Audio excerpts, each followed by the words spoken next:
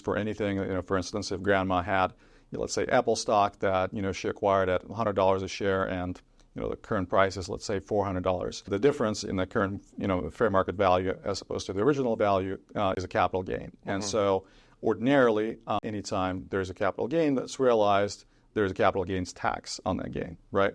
However, if, let's say, grandma was to give those shares, let's say, to myself by virtue of a trust, then I can get what's called step-up in basis, meaning I get the same basis as grandma had, right prior to her death.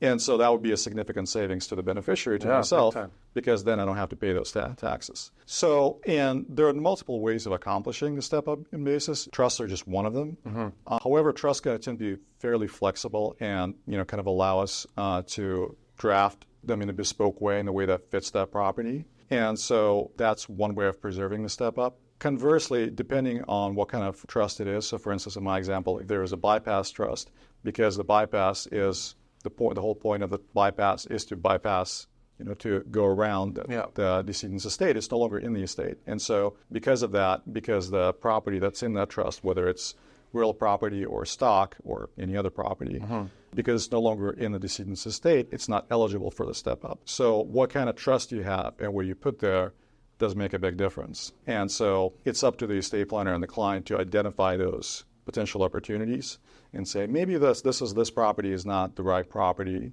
to be placed in this trust, right? Or maybe we eliminate this trust and we transfer the property elsewhere.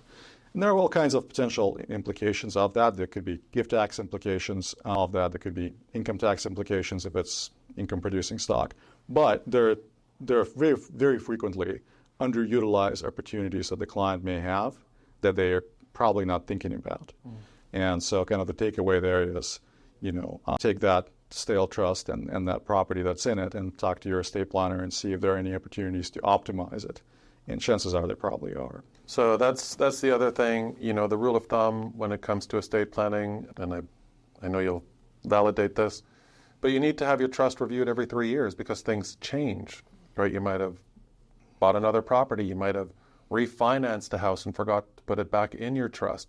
There's so many things that can go wrong, but I don't want to just focus on all the things that can go wrong. If, again, you just take what Oleg was talking about a moment ago, he was talking very high level about how he was putting all these puzzle pieces together based on step up or all of these different things. And there's absolutely no way that a typical consumer is going to have all of this information in order to protect yourself, protect your assets, protect your loved ones, protect your legacy, and protect how you want things to go